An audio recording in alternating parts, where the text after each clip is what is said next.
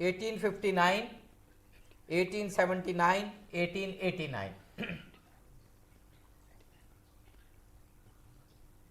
1889